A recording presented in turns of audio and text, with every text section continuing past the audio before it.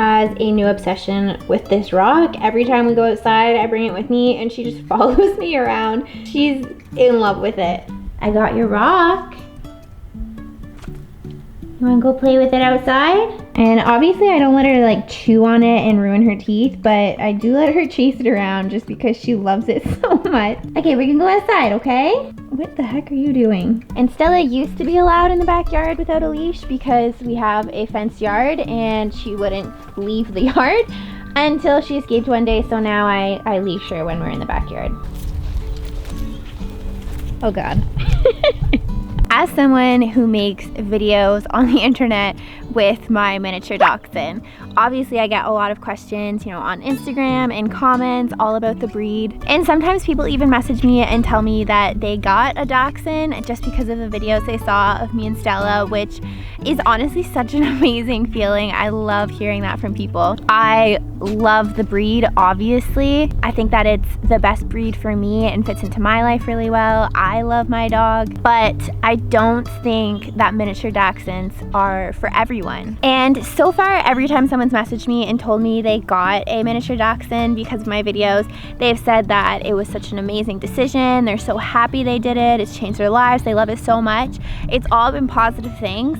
But there is a small part of me that is just a little nervous that someone's gonna see my videos and think that Stella seems like the most trained, best dog ever, and they're gonna go out and get one, and then they're not gonna be prepared for the amount of work that comes with it. So today I wanted to make a video all about reasons why you should not get a miniature dachshund. Obviously there's a million reasons why you should. That's why I have one. But I do just want to outline these because if you're a responsible dog owner, then you're going to do your research beforehand. And if you're watching my videos as research, I want to make sure that I'm putting out the negatives out there and not just the positives, because I do cut out a lot of Stella's bad habits. If you just watch one of my videos, you'd probably think Stella is such a trained, well-behaved, perfect dog, when in reality,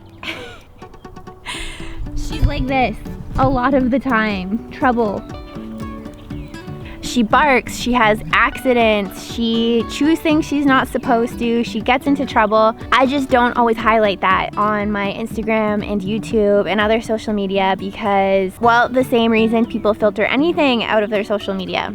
Anyways, I think you guys get the point. Also, everything I'm gonna say does not apply to every single dachshund in the world. People say that in my comments all the time, like, you said that dachshunds bark a lot, but my dachshund doesn't bark. No, not every single dog in this breed is the exact same. These are general statements that you will read on the internet that other people have told me they've experienced, that I've experienced myself. So yes, there are exceptions, but for the most part, these are all the reasons why you should not get a miniature dachshund. For one, if you have a nice garden or a nice lawn that you don't want dug up. Stella just did that.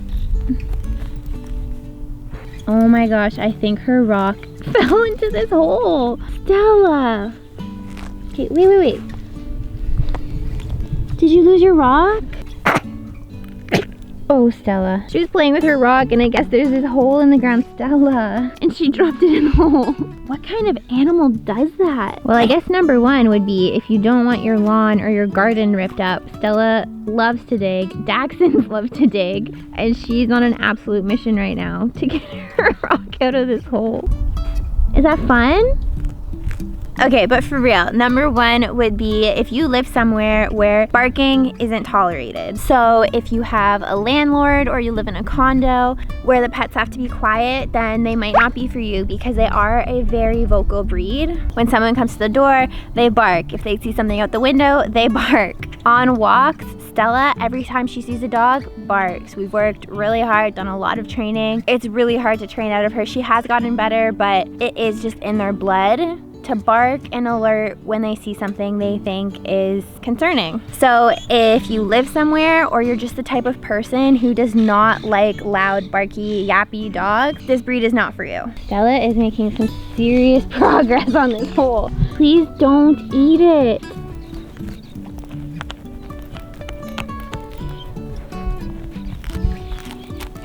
Actually, I don't think it's an animal hole. I think it's one of the tubes that lets the water out from the pool.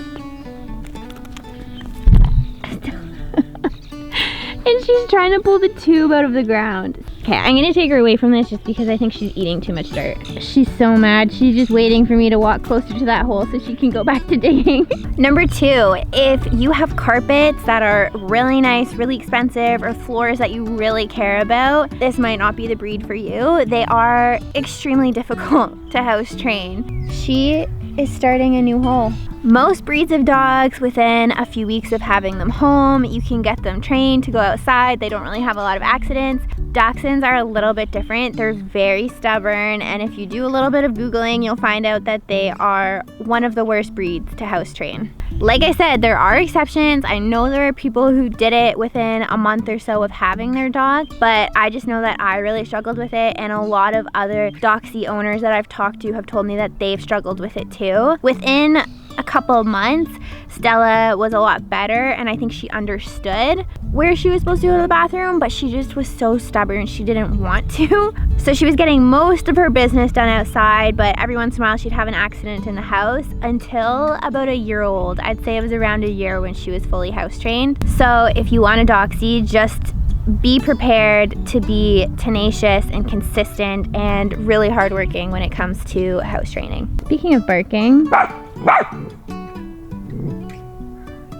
Stella's having a little chat with one of the neighbor's dogs.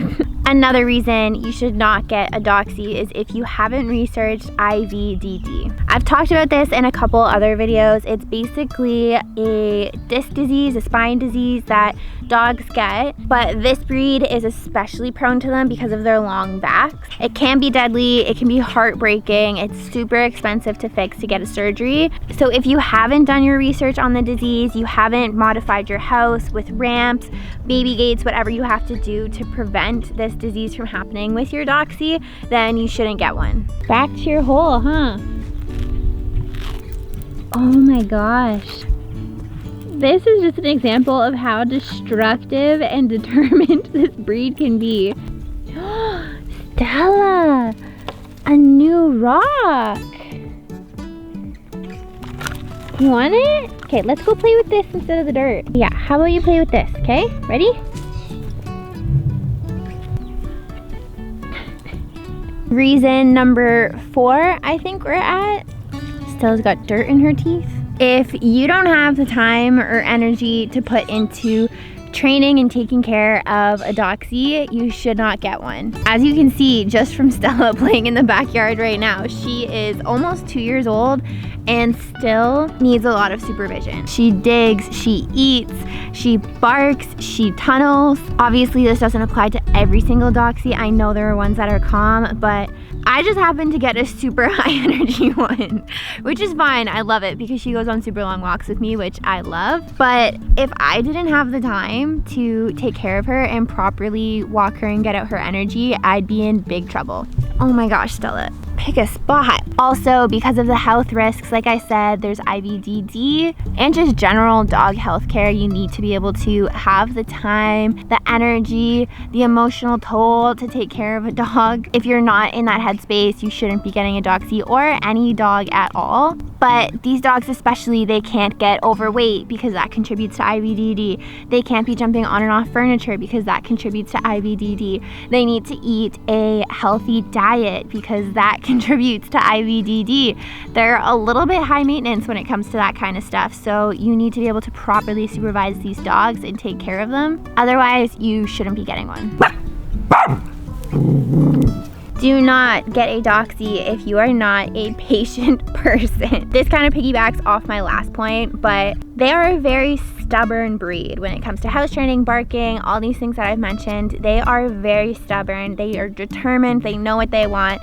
They are bred to hunt and tunnel and get things. So it is in their blood to get what they want. Like Stella with that hole over there, she's doing everything in her power to try and get to it and dig because she wants that tube out of the ground. Stella with house training, she didn't want to go out in the snow and pee, so she'd pee in the house. Obviously that's better now, but that's just an example of these things that these dogs are very stubborn and you need to be patient. You can't lose your temper with your dog. And this is a breed that just requires a little bit extra patience. And that's it. Those are all my do not get a doxie ifs. Obviously, for me and many others, all of these cons and difficult traits, Stella sticking in the garden again, are so worth it. They are an incredible breed. They're so loving and they give back everything you give to them. But I just want to make sure that anyone who is influenced by my videos to get a doxie is fully prepared for it.